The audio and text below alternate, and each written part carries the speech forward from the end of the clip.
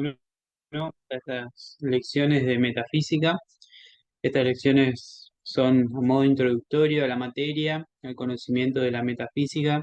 No se va a profundizar ni a tratar con exhaustividad a los siguientes autores, las siguientes corrientes de metafísica, sino simplemente un repaso histórico de cómo se ha tratado la temática que, que el objeto de estudio de la metafísica tiene, que es el ser, ¿no? Aquí lo primero que vemos es estudio del ser en cuanto ser.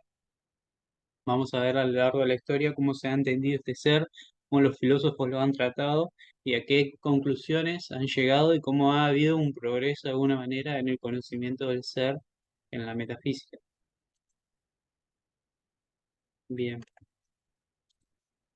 Lo primero que tenemos es el platonismo, que es el origen de la metafísica misma.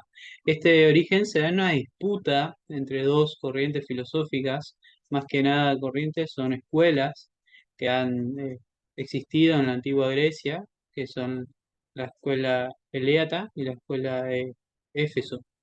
Eran escuelas con corrientes de pensamiento totalmente distintas, con autores que enfrentaban entre ellos en una dialéctica entre pensadores, a ver quién tenía, digamos, la visión correcta del origen del mundo. Esa era la disputa que tenían las escuelas.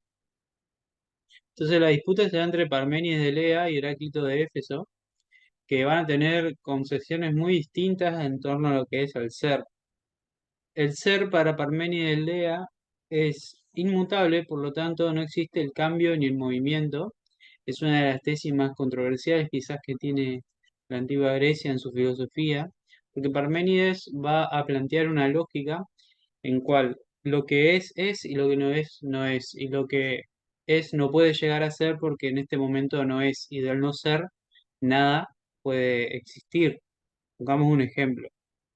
¿Vieron esta manzana que apareció ahí? Yo la saco y la vuelvo a agregar con el PowerPoint, por ejemplo. Ahora bien, para Parménides de Lea esto es imposible, porque allí en ese momento la manzana está en un estado de no ser, no es la manzana, solamente hay un espacio en blanco. Pero si yo hago este movimiento, la manzana aparece.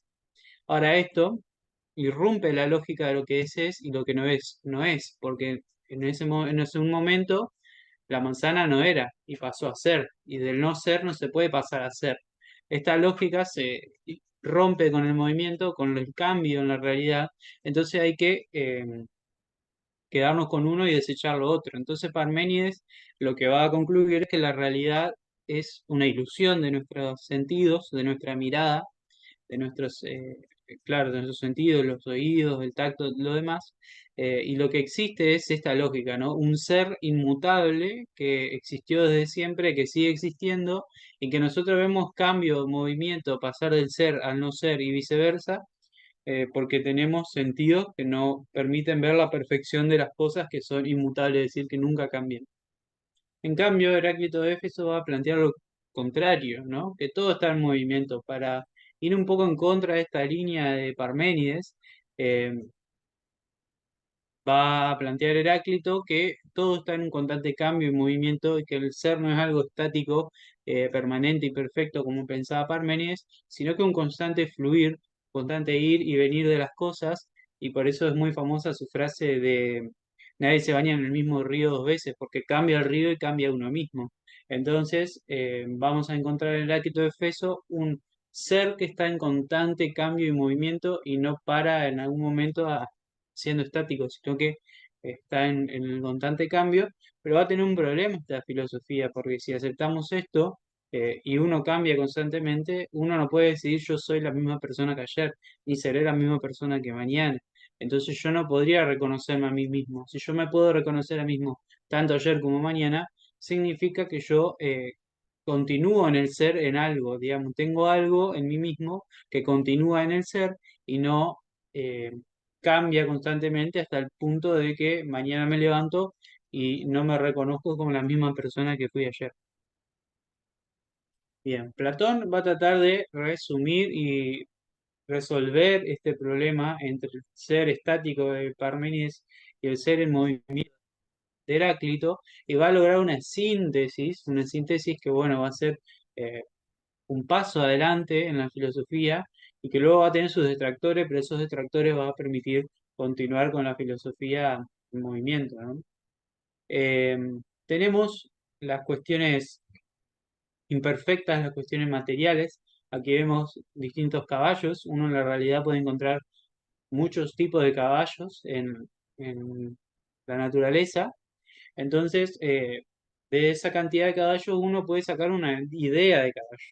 De esos caballos distintos, imperfectos, que van teniendo cada uno su propia particularidad, uno puede sacar la esencia del caballo, la idea misma del caballo, y esa idea es perfecta porque no cambia. Uno puede llegar a una conclusión sobre cómo es el caballo y esa conclusión trata de ser permanente, perfecta, no cambia nunca. Aquí está lo que no cambia eh, de Parménides, ¿no? Entonces Platón va a ver en la esencia de las cosas aquello que no cambia y lo material de lo que está compuesta la cosa es aquello de lo que cambia.